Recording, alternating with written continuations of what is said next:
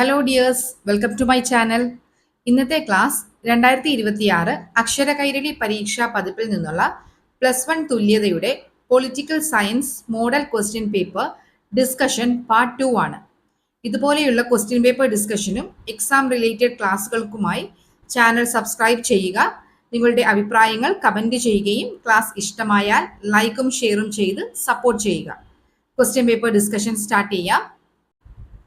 16 മുതൽ 20 വരെയുള്ള ചോദ്യങ്ങളിൽ ഏതെങ്കിലും 4 എണ്ണത്തിന് ഉത്തരം എഴുതുക.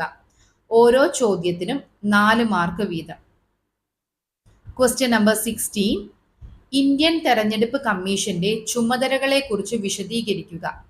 ഇന്ത്യൻ തെരഞ്ഞെടുപ്പ് കമ്മീഷന്റെ ചുമതലകളെക്കുറിച്ച് വിശദീകരിക്കുക. Part 1, page number 54. Answer: Indian തെരഞ്ഞെടുപ്പ് commission election commission of India ഭരണഘടനയുടെ ആർട്ടിക്കിൾ 324 പ്രകാരം രൂപീകരിച്ച സ്വതന്ത്ര ഭരണഘടനാ സ്ഥാപനമാണ്.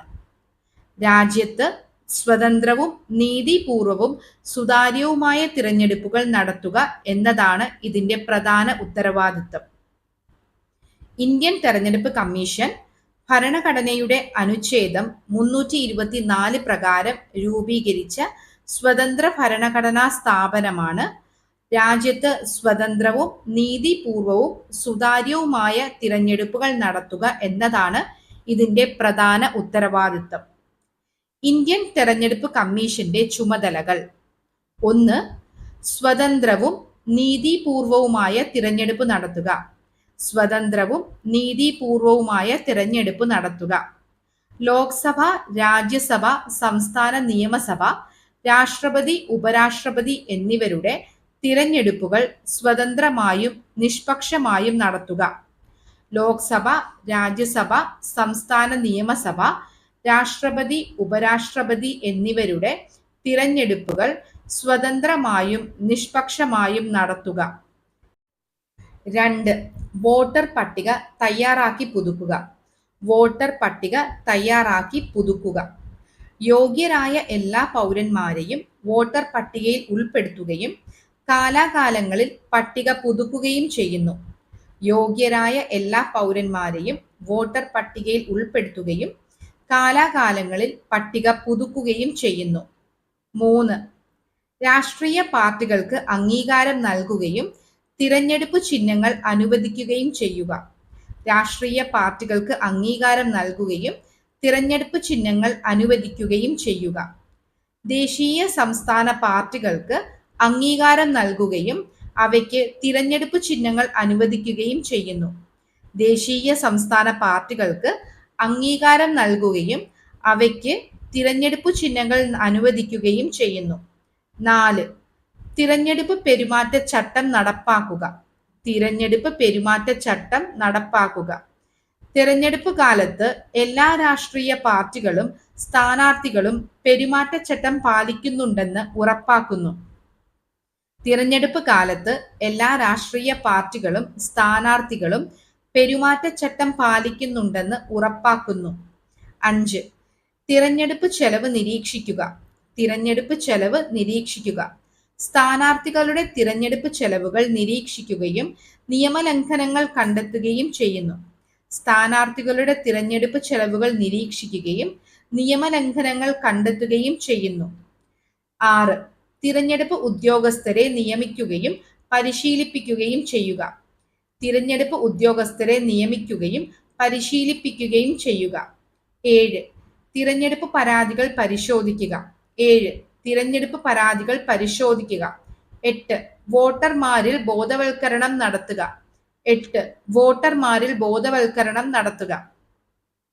ഇന്ത്യൻ ജനാധിപത്യത്തിന്റെ വിജയത്തിന് തിരഞ്ഞെടുപ്പ് കമ്മീഷൻ നിർണായക പങ്ക് വഹിക്കുന്നു. ഇന്ത്യൻ ജനാധിപത്യത്തിന്റെ വിജയത്തിന് തിരഞ്ഞെടുപ്പ് കമ്മീഷൻ നിർണായക പങ്ക് വഹിക്കുന്നു. സ്വതന്ത്രവും സുതാര്യവും നിഷ്പക്ഷവുമായ തെരഞ്ഞെടുപ്പുകൾ ഉറപ്പാക്കുന്നതിലൂടെ ജനാധിപത്യത്തിന്റെ വിശ്വാസ്യതയും ശക്തിയും നിലനിർത്താൻ തിരഞ്ഞെടുപ്പ് കമ്മീഷൻ സഹായിക്കുന്നു. സ്വതന്ത്രവും സുതാര്യവും നിഷ്പക്ഷവുമായ തെരഞ്ഞെടുപ്പുകൾ ഉറപ്പാക്കുന്നതിലൂടെ ജനാധിപത്യത്തിന്റെ വിശ്വാസ്യതയും ശക്തിയും നിലനിർത്താൻ തെരഞ്ഞെടുപ്പ് കമ്മീഷൻ സഹായിക്കുന്നു. Question number 17. ഇന്ത്യൻ പൗരത്വം ആർജിക്കുന്നതിനുള്ള ഏതെങ്കിലും 4 മാർഗങ്ങൾ എഴുതുക. ഇന്ത്യൻ പൗരത്വം ആർജിക്കുന്നതിനുള്ള ഏതെങ്കിലും 4 മാർഗങ്ങൾ എഴുതുക. Part 2, page number 75. ആൻസർ: ഒരു രാജ്യത്തിലെ പൗരന് ലഭിക്കുന്ന നിയമപരമായ അംഗീകാരമാണ് പൗരത്വം. ഒരു രാജ്യത്തിലെ പൗരന് ലഭിക്കുന്ന നിയമപരമായ അംഗീകാരമാണ് പൗരത്വം. ഇന്ത്യൻ ഭരണഘടനയും 1955 ഇന്ത്യൻ പൗരത്വ നിയമവും ഇന്ത്യൻ പൗരത്വം നേടുന്നതിനുള്ള വിവിധ മാർഗങ്ങൾ വ്യക്തമാക്കുന്നു. ഇന്ത്യൻ ഭരണഘടനയും 1955 ഇന്ത്യൻ പൗരത്വ നിയമവും ഇന്ത്യൻ പൗരത്വം നേടുന്നതിനുള്ള വിവിധ മാർഗങ്ങൾ വ്യക്തമാക്കുന്നു. ഇന്ത്യൻ പൗരത്വം ആർജിക്കുന്നതിനുള്ള 4 മാർഗങ്ങൾ. 1. ജന്മസിദ്ധമായ പൗരത്വം. ജന്മസിദ്ധമായ പൗരത്വം. ഇന്ത്യയിൽ ജനിക്കുന്നവർ നിയമപ്രകാരമുള്ള നിബന്ധനകൾ പാലിക്കുന്നുവെങ്കിൽ ഇന്ത്യൻ പൗരത്വം ലഭിക്കും. ഇന്ത്യയിൽ ജനിക്കുന്നവർ നിയമപ്രകാരമുള്ള നിബന്ധനകൾ പാലിക്കുന്നുവെങ്കിൽ ഇന്ത്യൻ പൗരത്വം ലഭിക്കും. 2. പിന്തുടർച്ച വഴിയുള്ള പൗരത്വം. പിന്തുടർച്ച വഴിയുള്ള പൗരത്വം. വിദേശത്ത് ജനിച്ച വ്യക്തിക്ക് മാതാപിതാക്കളിൽ ഒരാൾ ഇന്ത്യൻ പൗരനാണെങ്കിൽ ഇന്ത്യൻ പൗരത്വം ലഭിക്കും. വിദേശത്ത് ജനിച്ച വ്യക്തിക്ക് മാതാപിതാക്കളിൽ ഒരാൾ ഇന്ത്യൻ പൗരനാണെങ്കിൽ ഇന്ത്യൻ പൗരത്വം ലഭിക്കും. 3. രജിസ്ട്രേഷൻ വഴിയുള്ള പൗരത്വം. രജിസ്ട്രേഷൻ വഴിയുള്ള പൗരത്വം. നിയമത്തിൽ പറയുന്ന യോഗ്യതകൾ പാലിക്കുന്ന ചില വിദേശികൾക്ക് അപേക്ഷയുടെ അടിസ്ഥാനത്തിൽ രജിസ്ട്രേഷൻ വഴി പൗരത്വം നൽകുന്നു. നിയമത്തിൽ പറയുന്ന യോഗ്യതകൾ പാലിക്കുന്ന ചില വിദേശികൾക്ക് അപേക്ഷയുടെ അടിസ്ഥാനത്തിൽ രജിസ്ട്രേഷൻ വഴി പൗരത്വം നൽകുന്നു. 4. ചിരകാലാധിവാസം മുഖേനയുള്ള പൗരത്വം. ചിരകാലാധിവാസം മുഖേനയുള്ള പൗരത്വം. നിശ്ചിത കാലയളവ് ഇന്ത്യയിൽ താമസിക്കുകയും നിയമപ്രകാരമുള്ള വ്യവസ്ഥകൾ പാലിക്കുകയും ചെയ്യുന്ന വിദേശികൾക്ക് ഇന്ത്യൻ പൗരത്വം നൽകുന്നു. നിശ്ചിത കാലയളവ് ഇന്ത്യയിൽ താമസിക്കുകയും നിയമപ്രകാരമുള്ള വ്യവസ്ഥകൾ പാലിക്കുകയും ചെയ്യുന്ന വിദേശികൾക്ക് ഇന്ത്യൻ പൗരത്വം നൽകുന്നു. ഇന്ത്യൻ പൗരത്വം നേടുന്നതിനുള്ള ഈ മാർഗങ്ങൾ രാജ്യത്തിന്റെ നിയമങ്ങളും ഭരണഘടനയും അനുസരിച്ചാണ് നടപ്പാക്കുന്നത്. ഇന്ത്യൻ പൗരത്വം നേടുന്നതിനുള്ള ഈ മാർഗങ്ങൾ രാജ്യത്തിന്റെ നിയമങ്ങളും ഭരണഘടനയും അനുസരിച്ചാണ് നടപ്പാക്കുന്നത്. ഇവയെക്കുറിച്ചുള്ള അറിവ് ഓരോ പൗരനും ഭരണഘടനാപരമായ അവകാശങ്ങളും ഉത്തരവാദിത്വങ്ങളും മനസ്സിലാക്കാൻ സഹായിക്കുന്നു. ഇവയെക്കുറിച്ചുള്ള അറിവ് ഓരോ പൗരനും ഭരണഘടനാപരമായ അവകാശങ്ങളും ഉത്തരവാദിത്വങ്ങളും മനസ്സിലാക്കാൻ സഹായിക്കുന്നു. Question number 18. ദേശീയതയുടെ ക്രിയാത്മകവും വിനാശകരവുമായ രൂപങ്ങൾ വിശകലനം ചെയ്യുക. ദേശീയതയുടെ ക്രിയാത്മകവും വിനാശകരവുമായ രൂപങ്ങൾ വിശകലനം ചെയ്യുക. Part 2, page number 83. ആൻസർ: ഒരു രാജ്യത്തോടുള്ള സ്നേഹവും വിശ്വസ്തതയും ഐക്യബോധവും വളർത്തുന്ന വികാരമാണ് ദേശീയത. ഒരു രാജ്യത്തോടുള്ള സ്നേഹവും വിശ്വസ്തതയും ഐക്യബോധവും വളർത്തുന്ന വികാരമാണ് ദേശീയത. ദേശീയതയ്ക്ക് സമൂഹത്തിന് ഗുണം ചെയ്യുന്ന ക്രിയാത്മക രൂപവും ദോഷം ചെയ്യുന്ന വിനാശകര രൂപവുമുണ്ട്. ദേശീയതയ്ക്ക് സമൂഹത്തിന് ഗുണം ചെയ്യുന്ന ക്രിയാത്മക രൂപവും ദോഷം ചെയ്യുന്ന വിനാശകര രൂപവുമുണ്ട്. ദേശീയതയുടെ ക്രിയാത്മക രൂപങ്ങൾ. 1. ഒരുമിപ്പിക്കുന്നു. ജനങ്ങളിൽ ഐക്യവും ദേശീയ ബോധവും വളർത്തുന്നു. ജനങ്ങളിൽ ഐക്യവും ദേശീയ ബോധവും വളർത്തുന്നു. 2. ജനാധിപത്യവും സമാധാനവും പ്രോത്സാഹിപ്പിക്കുന്നു. ജനാധിപത്യവും സമാധാനവും പ്രോത്സാഹിപ്പിക്കുന്നു. ജനാധിപത്യ മൂല്യങ്ങളും സമാധാനപരമായ സഹവർത്തിത്വവും ശക്തിപ്പെടുത്തുന്നു. ജനാധിപത്യ മൂല്യങ്ങളും സമാധാനപരമായ സഹവർത്തിത്വവും ശക്തിപ്പെടുത്തുന്നു. 3. സാമ്പത്തിക വളർച്ചയ്ക്ക് സഹായിക്കുന്നു. സാമ്പത്തിക വളർച്ചയ്ക്ക് സഹായിക്കുന്നു. രാജ്യത്തിന്റെ വികസനത്തിനും പുരോഗതിക്കും പ്രചോദനമാകുന്നു. രാജ്യത്തിന്റെ വികസനത്തിനും പുരോഗതിക്കും പ്രചോദനമാകുന്നു. 4. ശാസ്ത്ര സാങ്കേതിക വികസനത്തിന് പ്രോത്സാഹനം നൽകുന്നു. ശാസ്ത്ര സാങ്കേതിക വികസനത്തിന് പ്രോത്സാഹനം നൽകുന്നു. പുതിയ കണ്ടുപിടുത്തങ്ങൾക്കും നവീകരണങ്ങൾക്കും പ്രചോദനം നൽകുന്നു. പുതിയ കണ്ടുപിടുത്തങ്ങൾക്കും നവീകരണങ്ങൾക്കും പ്രചോദനം നൽകുന്നു. 5. വൈവിധ്യങ്ങളെ ക്രിയാത്മകമാക്കുന്നു. വൈവിധ്യങ്ങളെ ക്രിയാത്മകമാക്കുന്നു. ഭാഷ, മതം, സംസ്കാരം എന്നിവയിലെ വൈവിധ്യങ്ങളെ ദേശീയ ഐക്യത്തിനായി ഉപയോഗിക്കുന്നു. ഭാഷ, മതം, സംസ്കാരം എന്നിവയിലെ വൈവിധ്യങ്ങളെ ദേശീയ ഐക്യത്തിനായി ഉപയോഗിക്കുന്നു. ദേശീയതയുടെ വിനാശക രൂപങ്ങൾ. 1. ഭിന്നിപ്പിക്കുന്നു. 1. ഭിന്നിപ്പിക്കുന്നു. സമൂഹത്തിൽ ഭിന്നതയും വിദ്വേഷവും വളർത്തുന്നു. സമൂഹത്തിൽ ഭിന്നതയും വിദ്വേഷവും വളർത്തുന്നു. 2. സംഘർഷങ്ങൾക്കും യുദ്ധങ്ങൾക്കും കാരണമാകുന്നു. സംഘർഷങ്ങൾക്കും യുദ്ധങ്ങൾക്കും കാരണമാകുന്നു. രാജ്യങ്ങൾ തമ്മിലുള്ള തർക്കങ്ങൾ വർദ്ധിപ്പിക്കുന്നു. 3. ഒറ്റപ്പെട്ട മനോഭാവം വളർത്തുന്നു. ഒറ്റപ്പെട്ട മനോഭാവം വളർത്തുന്നു. മറ്റു രാജ്യങ്ങളുമായി സഹകരണം കുറയ്ക്കുന്നു. മറ്റു രാജ്യങ്ങളുമായി സഹകരണം കുറയ്ക്കുന്നു. 4.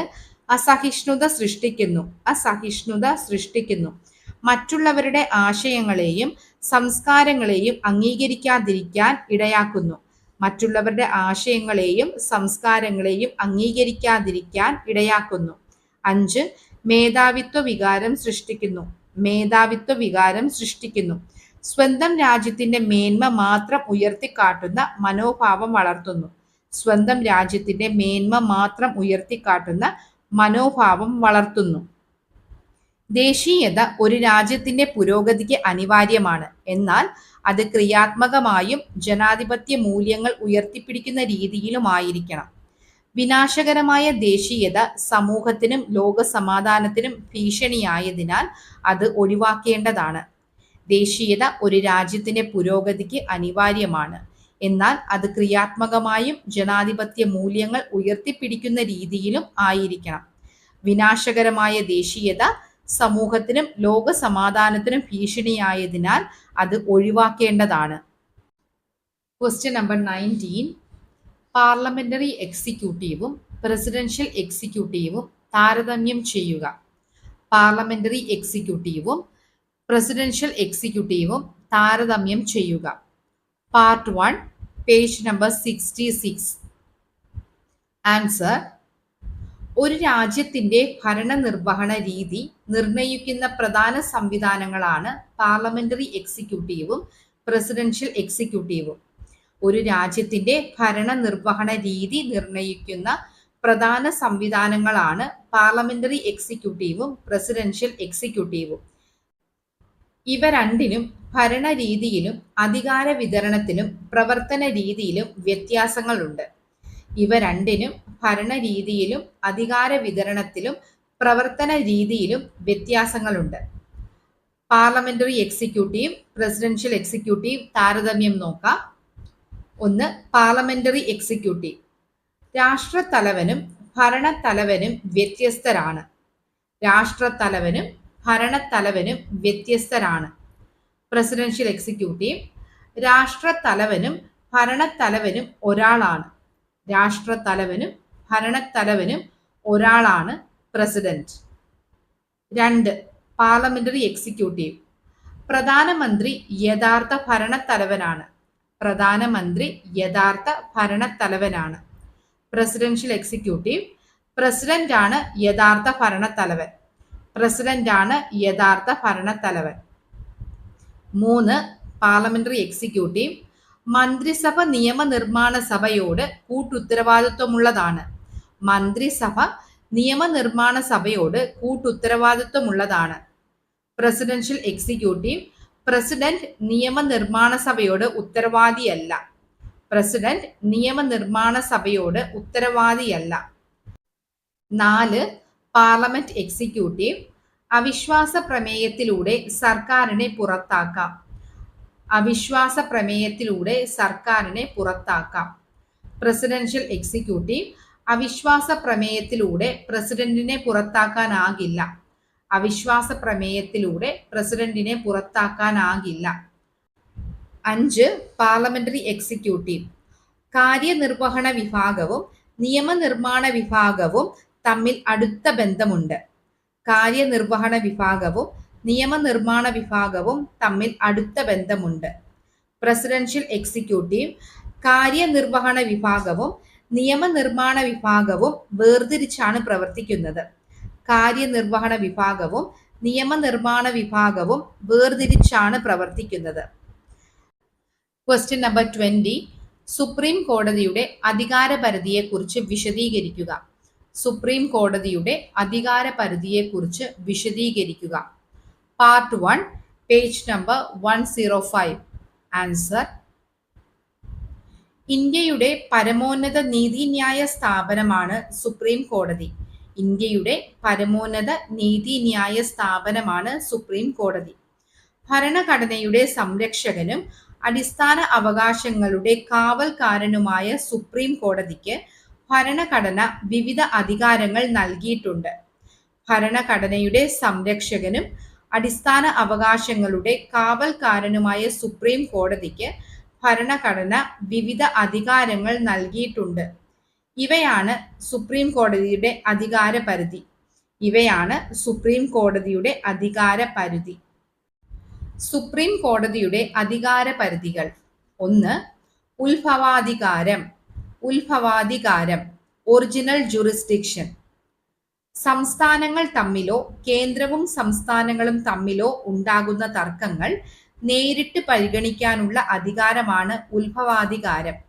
സംസ്ഥാനങ്ങൾ തമ്മിലോ കേന്ദ്രവും സംസ്ഥാനങ്ങളും തമ്മിലോ ഉണ്ടാകുന്ന തർക്കങ്ങൾ നേരിട്ട് പരിഗണിക്കാനുള്ള അധികാരമാണ് ഉത്ഭവാധികാരം. 2. അപ്പീൽ അധികാരം. അപ്പീൽ അധികാരം, അപ്പലറ്റ് ജുറിസ്ഡിക്ഷൻ. Appellate jurisdiction. ഹൈക്കോടതിയുടെ വിധികൾക്കെതിരെ സമർപ്പിക്കുന്ന സിവിൽ, ക്രിമിനൽ, ഭരണഘടനാപരമായ കേസുകളിൽ അപ്പീൽ കേൾക്കാനുള്ള അധികാരമാണ്. ഹൈക്കോടതികളുടെ വിധികൾക്കെതിരെ സമർപ്പിക്കുന്ന സിവിൽ, ക്രിമിനൽ, ഭരണഘടനാപരമായ കേസുകൾ അപ്പീൽ കേൾക്കാനുള്ള അധികാരമാണ്. 3. ഉപദേശാധികാരം. ഉപദേശാധികാരം, അഡ്വൈസറി ജുറിസ്ഡിക്ഷൻ. Advisory jurisdiction. പൊതു പ്രാധാന്യമുള്ള നിയമവിഷയങ്ങളിൽ രാഷ്ട്രപതി ആവശ്യപ്പെടുന്ന പക്ഷം സുപ്രീം കോടതി ഉപദേശം നൽകുന്നു. പൊതു പ്രാധാന്യമുള്ള നിയമവിഷയങ്ങളിൽ രാഷ്ട്രപതി ആവശ്യപ്പെടുന്ന പക്ഷം സുപ്രീം കോടതി ഉപദേശം നൽകുന്നു. 4. റിട്ട് അധികാരം. റിട്ട് അധികാരം, റിട്ട് ജുറിസ്ഡിക്ഷൻ. മൗലികാവകാശങ്ങൾ സംരക്ഷിക്കുന്നതിനായി habeas corpus, mandamus, prohibition, certiorari, quo warranto എന്നീ റിറ്റുകൾ പുറപ്പെടുവിക്കാൻ സുപ്രീം കോടതിക്ക് അധികാരമുണ്ട്. മൗലികാവകാശങ്ങൾ സംരക്ഷിക്കുന്നതിനായി habeas corpus, mandamus, prohibition, certiorari, quo warranto എന്നീ റിട്ടുകൾ പുറപ്പെടുവിക്കാൻ സുപ്രീം കോടതിക്ക് അധികാരമുണ്ട്. സുപ്രീം കോടതിയുടെ അധികാര പരിധികൾ ഇന്ത്യൻ ജനാധിപത്യത്തിന്റെയും ഭരണഘടനയുടെയും ശക്തമായ അടിത്തറയാണ്. സുപ്രീം കോടതിയുടെ അധികാര പരിധികൾ ഇന്ത്യൻ ജനാധിപത്യത്തിന്റെയും ഭരണഘടനയുടെയും ശക്തമായ അടിത്തറയാണ്. ഭരണഘടനയുടെ സംരക്ഷണവും പൗരന്മാരുടെ അവകാശങ്ങളും പരിരക്ഷയും ഉറപ്പാക്കുന്നതിൽ സുപ്രീം കോടതി നിർണായക പങ്ക് വഹിക്കുന്നു. ഭരണഘടനയുടെ സംരക്ഷണവും പൗരന്മാരുടെ അവകാശങ്ങളും പരിരക്ഷയും ഉറപ്പാക്കുന്നതിൽ സുപ്രീം കോടതി നിർണായക പങ്ക് വഹിക്കുന്നു. ഇന്നത്തെ ക്വസ്റ്റ്യൻ പേപ്പർ ഡിസ്കഷൻ ഇവിടെ കംപ്ലീറ്റ് ആവുകയാണ്. ഇനിയും ഇതുപോലെയുള്ള ക്വസ്റ്റ്യൻ പേപ്പർ ഡിസ്കഷനും എക്സാം റിലേറ്റഡ് ക്ലാസ്സുകളും ലഭിക്കാൻ ചാനൽ സബ്സ്ക്രൈബ് ചെയ്യുക. അഭിപ്രായങ്ങൾ കമന്റ് ചെയ്യുകയും ക്ലാസ് ഇഷ്ടമായാൽ ലൈക്കും ഷെയറും ചെയ്ത് സപ്പോർട്ട് ചെയ്യുക. Thank you everyone.